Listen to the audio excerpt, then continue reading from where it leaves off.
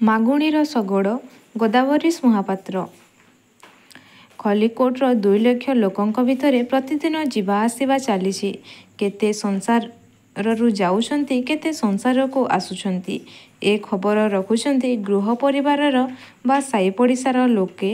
କିନ୍ତୁ ଯେଉଁଦିନ ମାଗୁଣି ଏ ସଂସାର ଛାଡ଼ି ଚାଲିଗଲା, ସେଦିନ ଖବରଟା ଖଲିକୋଟର ପୁରପଲ୍ଲୀ ସବୁଆଡ଼େ ବ୍ୟାପିଗଲା। ଯିଏ ଜାଣିଲା, ଯିଏ ଶୁଣିଲା, ସେ ମୁହୂର୍ତ୍ତେ ହେଲେ ନୀରବ ରହି ଦୁଃଖରେ କହିଲା, ମାଗୁଣି ଚାଲିଗଲା। ଆହା, ବିଚରା ଚାଲିଗଲା। ମାଗୁଣି କିଏ? ଖଲିକୋଟର ସେ ରାଜା ନୁହେଁ, ଏ କଥା ନିଶ୍ଚୟ। ସେ ରାଜ୍ୟର ନେତା ନୁହେଁ, ଏ କଥା ସମସ୍ତେ କହିବେ।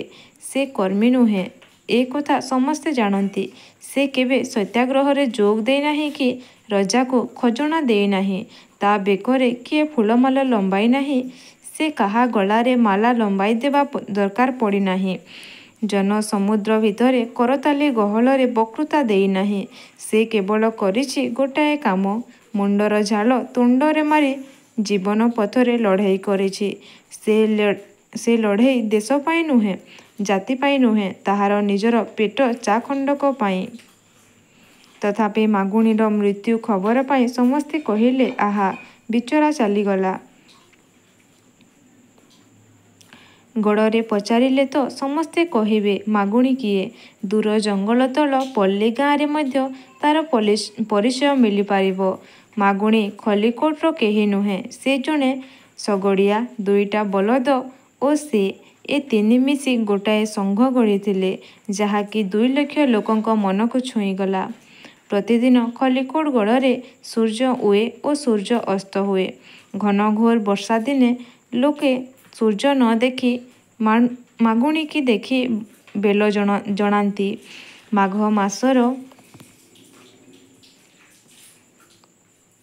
ଜାଡ଼ରେ ପିଣ୍ଡାରେ ଘୋଡ଼ି ଘାଡ଼ି ହୋଇ ଲୋକେ ବସିଥିବା ବେଳେ ମାଗୁଣି ନିଜ ପରିଚିତ ସାଙ୍ଗ 2ଟିକୁ ଶଗଡ଼ରେ ଯୋଚି ପାହାଡ଼ ତଳେ ଗୀତ ବୋଲି ଚାଲିଯାଏ।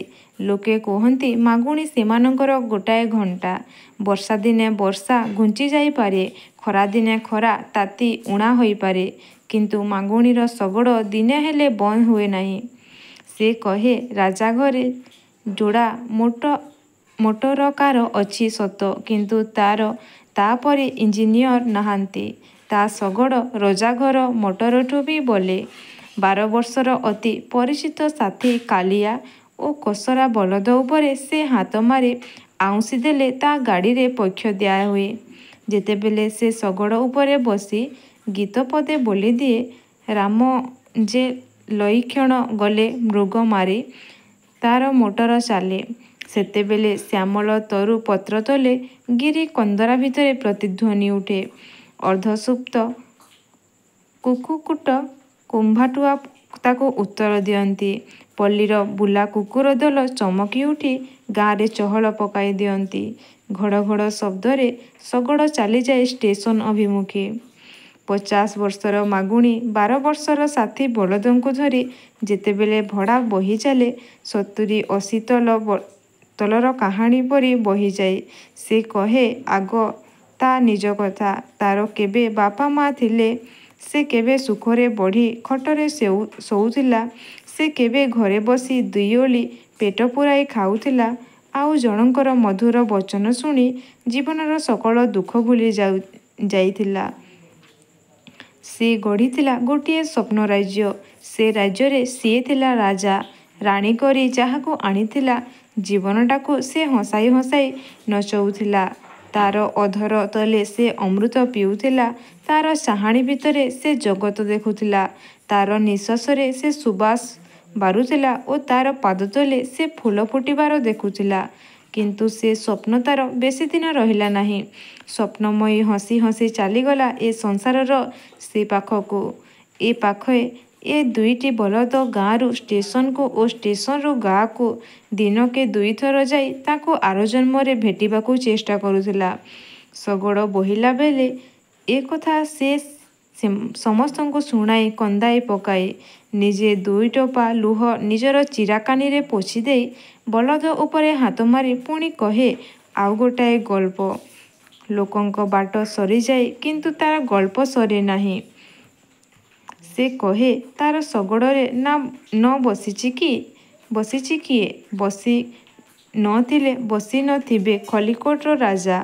କିନ୍ତୁ ଦେବାନ କହ, ମ୍ୟାନେଜର କହ, ଓକିଲ କହ, ମହାଜନ କହ, ଏପରିକି ମହାତ୍ମାଙ୍କ ଭକ୍ତ ପର୍ଯ୍ୟନ୍ତ କହ, ସମସ୍ତେ ବସିଛନ୍ତି ତା ଶଗଡ଼ରେ। ଏହି ସବୁ କଥା କହିଲା ବେଳେ ଏଡ଼େ ଉତ୍ସାହରେ କହେ ଯେ ବେଳେ ବେଳେ ବଳଦ ଦୁଇଟା ଠିଆ ହୋଇଗଲେ ମଧ୍ୟ ସେମାନଙ୍କୁ ଅଡ଼ାଏ ନାହିଁ।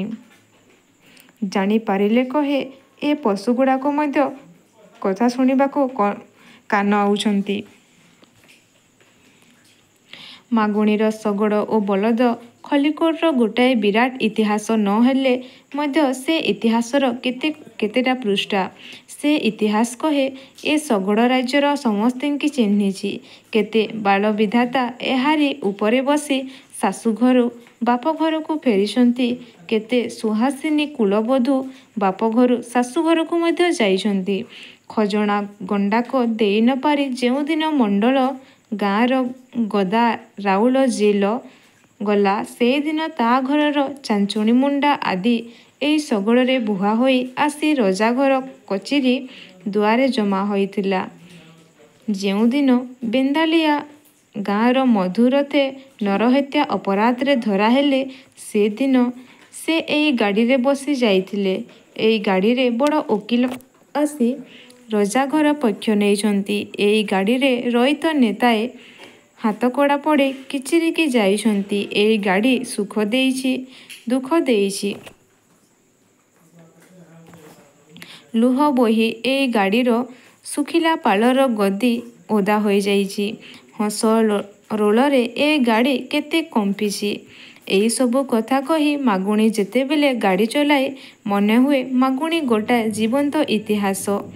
ଏପରି 10-5ଟା ଇତିହାସକୁ ଏକାଠି କଲେ ଓଡ଼ିଶାରେ ଗୋଟାଏ କୋଣାର୍କ ତିଆରି ହୁଅନ୍ତା।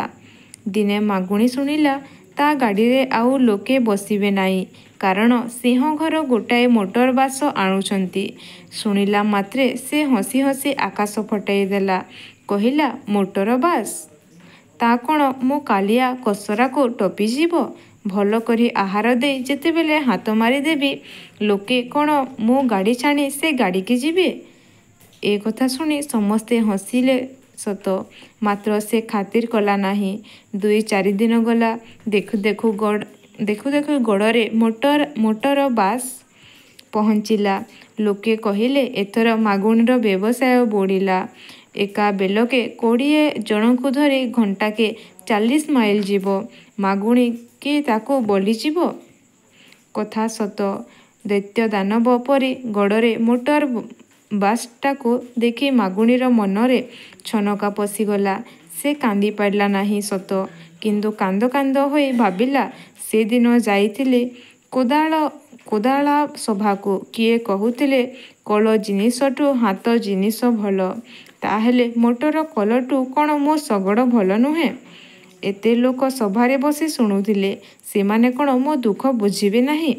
କର୍ମୀ ନ ବୁଝିଲେ ଯିବି ଗାନ୍ଧୀଙ୍କ ପାଖକୁ। ଦରିଦ୍ରର ସାଥୀ ସେ, ଗରିବଙ୍କ ବନ୍ଧୁ ସେ। ସେ କ'ଣ କହିବେ ମାଗୁଣି ମରିଯାଉ ଆଉ ଏ ସିଂହେ ବଞ୍ଚନ୍ତୁ। ଷ୍ଟେସନରୁ ଗଡ଼କୁ ସିଂହଙ୍କ ବାସ ଚାଲିଲା। ମାଗୁଣିର ଶଗଡ଼ ମଧ୍ୟ ଚାଲିଲା। କିନ୍ତୁ ବାସ ପୂର୍ଣ୍ଣ, ଶଗଡ଼ ଖାଲି। ମାଗୁଣି ଯେତେବେଳେ ଆଗରୁ ରାତି ଅଧରୁ ଉଠି ଷ୍ଟେସନରେ ଶଗଡ଼ ହାଜର କଲେ ମଧ୍ୟ ଲୋକେ ଗଲେ ବାସରେ। ଯେତେ ନୂଆ ଅଖାର ଗଦି ପକାଇଲେ ମଧ୍ୟ ଲୋକେ ଧାଇଁଲେ ବାସ ମୁହଁକୁ। ଯେତେ ହାତ ଧରି ଡାକିଲେ ମଧ୍ୟ ଲୋକେ ଚାହିଁଲେ ବାସ ଆଡ଼କୁ। ଦିନେ ଗଲା, 2 ଦିନ ଗଲା। ସେ 2 ଓଳି ଖାଇକରି ଆସିଥିଲା। ଓଳିଏ ଖାଇ ଆସିଲା। ସେ ଭାତ ଖାଇ ଆସୁଥିଲା, ତୋରାଣି ପିଇ ଆସିଲା। ସେ 2 ଓଳିରେ ଥରେ ପିଇ ଆସୁଥିଲା। କ୍ରମେ 3 ଓଳି ଚୁଲି ଲାଗିଲା ନାହିଁ। କାଳିଆ କସାରଙ୍କ ଛାତିହାଡ଼ ଦିଶିଲା। ସେମାନଙ୍କୁ ଧରି ସେ ଯେତେବେଳେ କାନ୍ଦିଲା, କିଏ କହିଲା ପାଗଳ, କିଏ କହିଲା ବାୟା।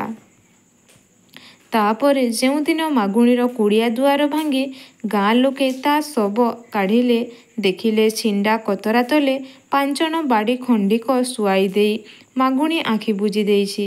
ମଶାଣିର ନିଆଁ ଜଳିଲା, ଆକାଶରେ ପକ୍ଷୀ ଉଡ଼ି ଧୂଆଁ ପାର ହେଲା। ଖଲିକୋଟର 2 ଲକ୍ଷ ଲୋକ ସେ ଖବର ପାଇ ଦୁଃଖରେ କହିଲେ, ଆହା, ମାଗୁଣୀ ଚାଲିଗଲା।